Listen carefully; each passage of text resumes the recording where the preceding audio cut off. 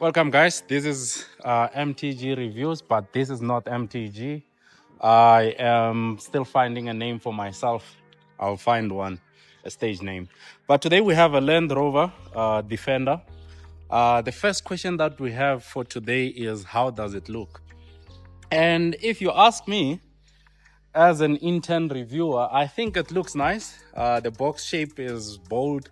They took a big step from the previous gen to this one. I've seen a lot of cars copying this look, and I think it looks bold, and it's in between of the off-roader and a daily, expensive daily. I mean, a daily that you can go to work with and they will see that, nah, this guy's pocket is deep. Okay, on to the next question. What's the interior like? I think I would give it 8 out of 10, and I will explain why. There's a whole lot of handles that are very useful. The interior is a mix of plastic and soft leather. Where you can spill water, they put plastic, and where you look at, it's soft on the eye. It's luxurious when you look at it. So I would give it a 8 out of 10, maybe going to 9. So I really like the interior. There's enough storage spaces, there's enough handles, and how they position the gear as well is very nice.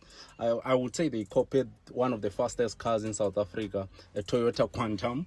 The positioning of the push to start button, so I really like it.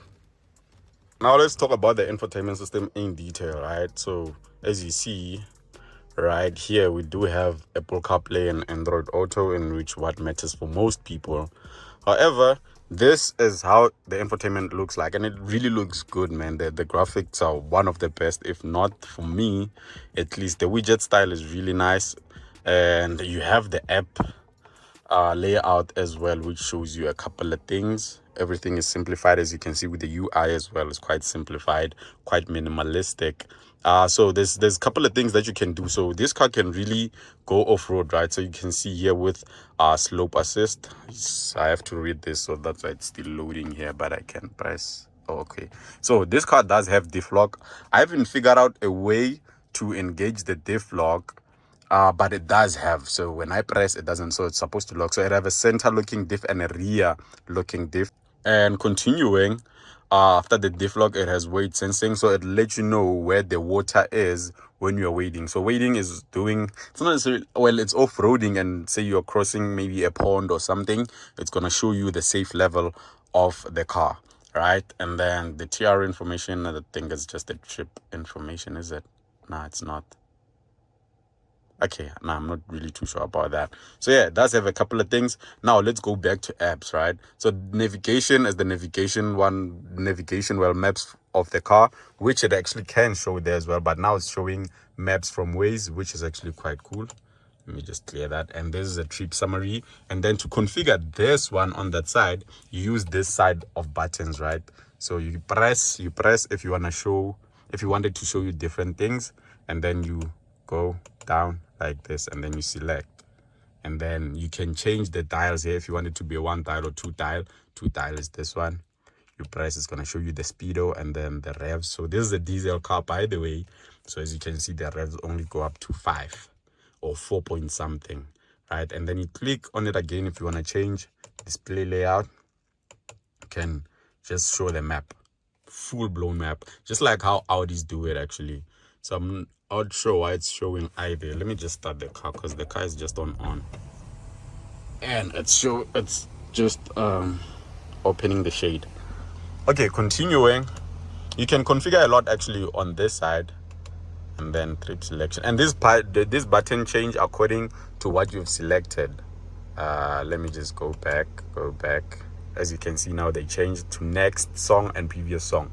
Depending on what you're doing, they're gonna change. And then this side is for cruise control. So the assistive system that this car has is lane keep assist and adaptive cruise control. It's not specced with the one that basically drives for you. So this is gonna help you to keep on lane, which is actually quite nice. I think it's one of the best when it comes to how it's configured, because it's not too intrusive.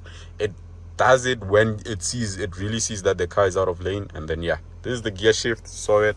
these are the panels for controlling it's mostly for climate control. However, you can do this. If you press down here, you can see these cool seats when you push to this side, and going to that side is heated seats. So that's how it works. Excuse my hands, man, we've been working all day. So even the passenger side does have, as you can see, these are ventilated seats. You can press and have them cool. So it's basically air conditioning for your back, and you can hear the seat. And just a minor interruption, don't forget to subscribe if you haven't subscribed already. It's totally free, no money will exchange hands. And if you want to see something cool, press that like button and tell me what you saw. There's a cool animation that you will see. Yeah, so it's blowing air out of there. And then another thing is what, let me just check. I think for the infotainment system, for the useful stuff, that's it.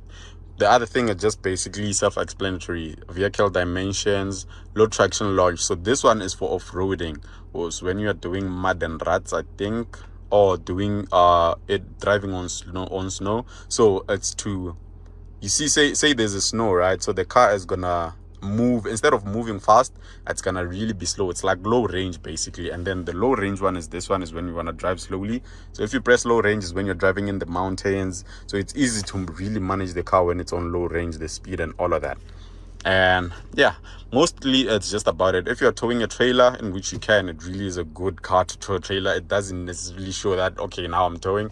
So you can general trailer, car trailer, you can add more. It's gonna give you some pre-options. So what it needs you to do, say let's put a car trailer, it's gonna make you choose, is it how many axles is it, say 2 axles, and then it's gonna want you to put the dimensions from there to there, and then the width of the trailer as well. So yeah, quite interesting. Let me see what's more. There's a compass.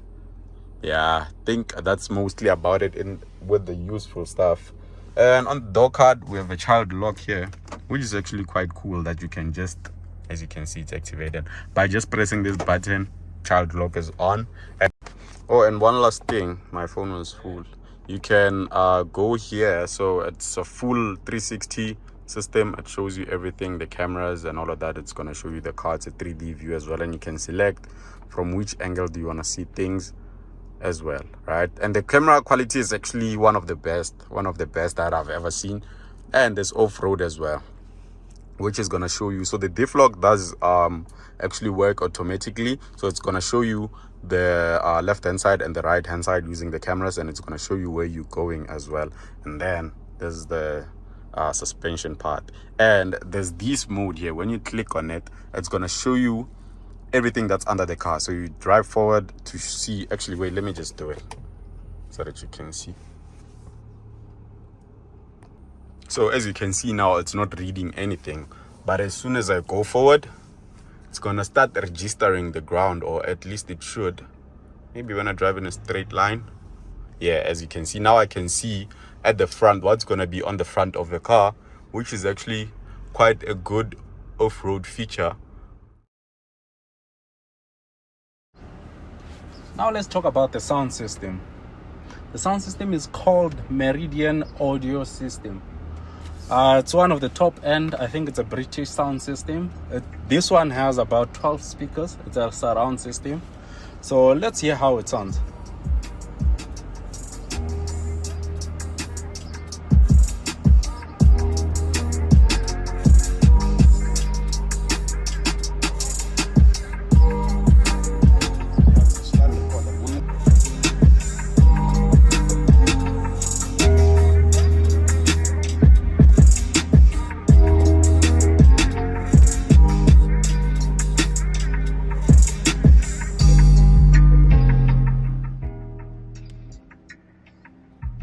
The question is it comfortable?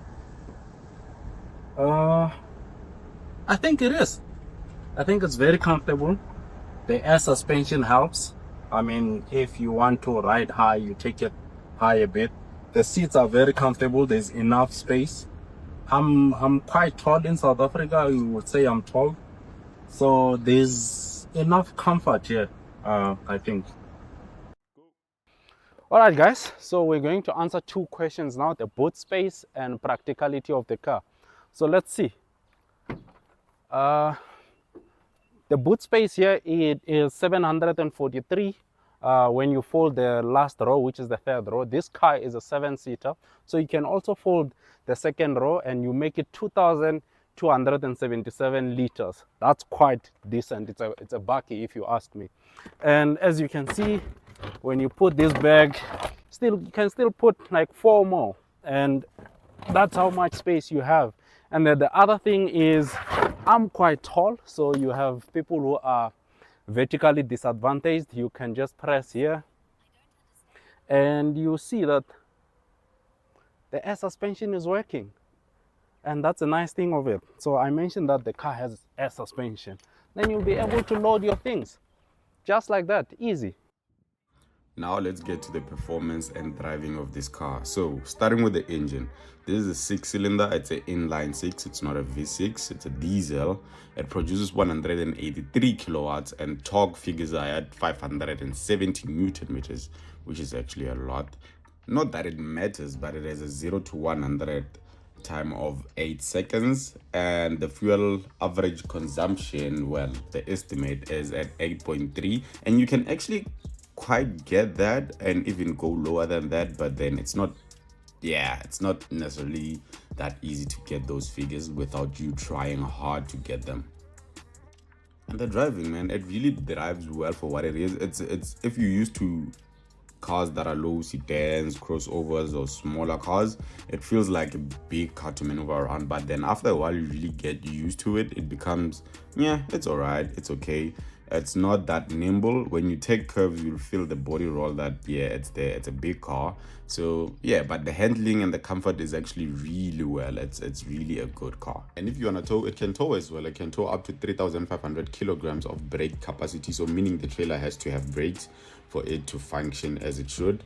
And it can tow up to 750 kilograms of a trailer that doesn't have brakes. Yeah, which is actually quite fair. This car is actually powerful. It's a diesel, obviously, and when you're towing, you don't really feel like you're towing a lot. It really is good, and I reckon off-road it probably does really good as well. We didn't take it off-road, didn't really have time, but yeah, it's a good car, man, and you can raise it and lower it if you go off-road because it has air suspension, so I reckon it will do good there. But overall, I really do think it's a good car. And at the base price of 1.8 million rands, let me know if you'd get this car or rather get something different.